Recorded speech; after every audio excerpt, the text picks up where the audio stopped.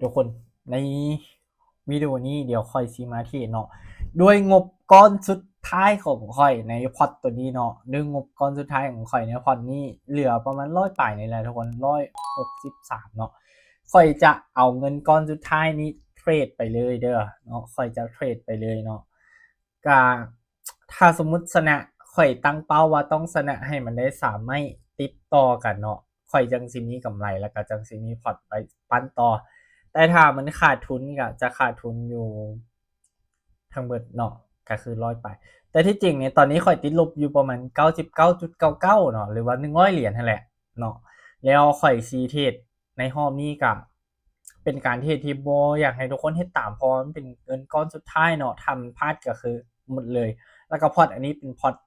อีกเพียงแต่อันเดียวของค่อยเนาะค่อยมีหลายพอร์ตโอเคเดี๋ยวเบิ่งตัวนี้ก่อนถ้ามันเป็นตัวนี้เนาะเดี๋ยวค่อยจะทำการซื้อเนาะนี่ทุกคนโซนตัวนี้เนี่ยค่อยมองว่ามันเป็นการที่ไปต่ำแนวต้านแล้วพักโตแล้วพุ่งไปต่อเนาะก็คือการเบรกเอานั่นแหละเนาะมันขึ้นไปแล้วมันเป็นเฟลเบรกเนาะก็คือขึ้นไปเนาะมันไปเทรดแนวต้านแล้วก็ลงมาพักแล้วก็ดันขึ้นต่อเนาะเดี๋ยวใครอยากรู้รายละเอียดแท้ๆเดี๋ยวคอยเฮ็ดคลิปแยกเนาะแต่คอมเมนต์มาถ้าอยากได้อยากเรียนอยากรู้เนาะคอมเมนต์มาเดี๋ยวคอยเฮ็ดคลิปแยกออกมาให้อีกคลิปนึงไม่ที่นึงของค่อยสวยงามเนาะสวยงามสวยงามโอเคนี่ทุกคนเห็นบ่ตัวนี้เนาะที่จริงเนี่ยค่อยควรกำไรประมาณ150 160แม่นบ่แต่เป็นหยังมันจึงกำไรแต่55ก็คือค่อยขาดทุนไป100นั่นแหละเนาะค่อยขาดทุนไป100นั่นแหละอืมไม่นี่ไปสัก50 40ปลายบอกบอทุกคนมาค่อยมั่นใจแหงไม่นี่ซื้อเลยซื้อเลยเนาะซื้อเลยเป็นอย่างค่อยจังมั่นใจแหงในออเดอร์นี้ออเดอร์นี้เนี่ยมันเข้ารูปแบบที่ค่อยใช้เทรดเป็นประจำก็คือ EMA สลับนั่นเอง EMA สลับทุกคนสังเกตเบิ่งก่อนหน้านี้มีแท่งเทียนสลับกันมาเนาะสลับสีกันก็คือซื้อกับขายซื้อกับขายแล้วตัวนี้เนี่ยมันมีการตัด EMA เข้ามานี่เป็นจุดคอนเฟิร์มให้ค่อยว่าโอเคออเดอร์นี้แหละโอกาสในการเฮ็ดกำไรของค่อยเนี่ยมาแล้วเนาะจังหวะนี้เนาะเดี๋ยวสิมาเบิ่งนำกันก็ตามเทคนิคของค่อยก็น่าจะวินงามๆแล้วเนาะสวยงามทุกคน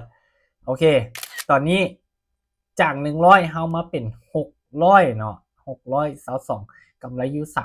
358เนาะกำไรอยู่358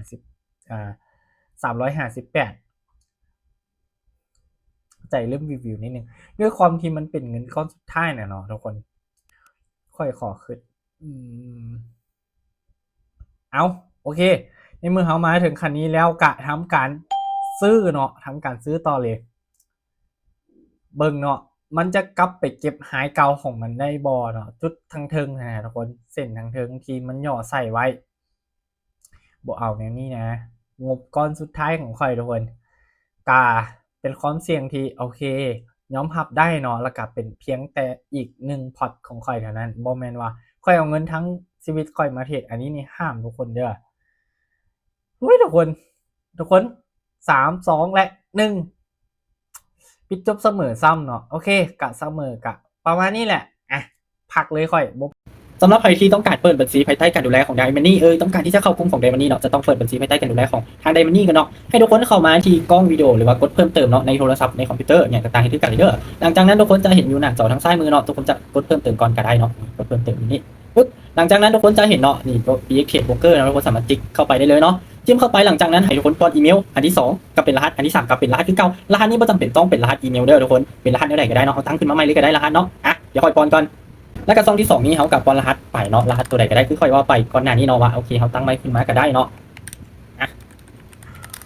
รหัสตัวที่2กับซองบล็อกที่2กับบล็อกที่3นี้ต้องคือกันเด้อทุกคนเด้อหลังจากนั้นเราให้ทุกคนเนาะติ๊กคำว่าก็ยืนยันว่าเขาอายุ18ปีขึ้นไปแล้วหลังจากนั้นกดลงซื้อเข้าไซต์ได้เลยเนาะหลังจากที่เขากรอกข้อมูลทุกอย่างเนาะเขาก็กดลงซื้อเข้าไซต์ได้เลยหลังจากนั้นเขาก็เข้าไปที่ไปอยู่กล่องอีเมลของเขาเนาะหลังจากที่เขาเข้ามาที่อีเมลเนาะให้ทุกคนจี้เข้าไปอยู่กล่องข้อความมันทำนี้เนาะไผ่เบิ่งบ่เห็นเด้อกดอยู่3ขีดกล่องข้อความทั้งหมดเนาะหลังจากนั้นมันก็จะขึ้นมากด active now เนาะนี่ active now ปึ๊บหลังจากที่เขากดเนาะมันก็จะทำการตรวจสอบและก็ยืนยันซ้ำนี่ขั้นตอนในการเปิดบัญชี BX กับถือว่าเป็นขั้นตอนที่สำเร็จเป็นที่เรียบร้อย